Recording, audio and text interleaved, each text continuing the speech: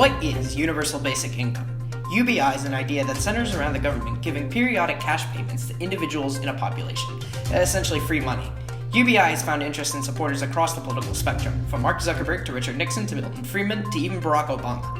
Of the many Democratic candidates running for president, only one has made UBI central to their campaign, businessman Andrew Yang. We support UBI, but what if UBI...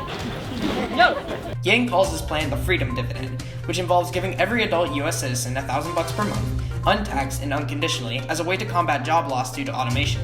On Sunday, several Yang supporters showed up on Palm Walk to tell students about Yang's campaign. So, traditionally the mechanism to deal with poverty is to create large-scale institutions where the government would have a top-down approach to give resources to people. UBI says, if we can go ahead and tax large corporations and just give that money directly back to the people, it acts as a way where the government, on one hand, looks like it's increasing government spending, but what it's really doing is it's just reallocating where money is.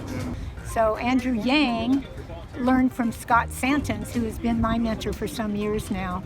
I was studying UBI because as a teacher I always wanted to make everything work for everybody.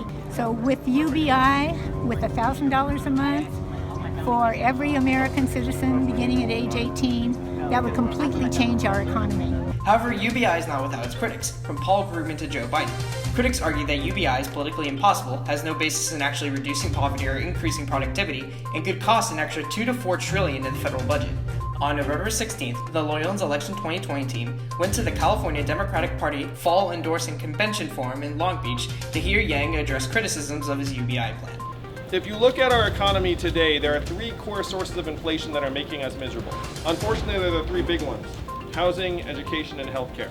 If you look at our other consumer goods, most of them are staying the same in cost or getting better or cheaper. So what you have to do is you have to put buying power into our hands that would actually make it harder for us to be exploited and pushed around. So imagine if everyone here got an extra $1,000 a month, you're very happy, you're like, wow, that Yang guy really did it. And then the next year your landlord was like, hey, I'm gonna ratchet up your rent by $1,000. What would you do? Would you say, oh, I guess I'm paying that rent? Of course not. You would look around and say, wait a minute, is there another place that's not gonna stick it to me?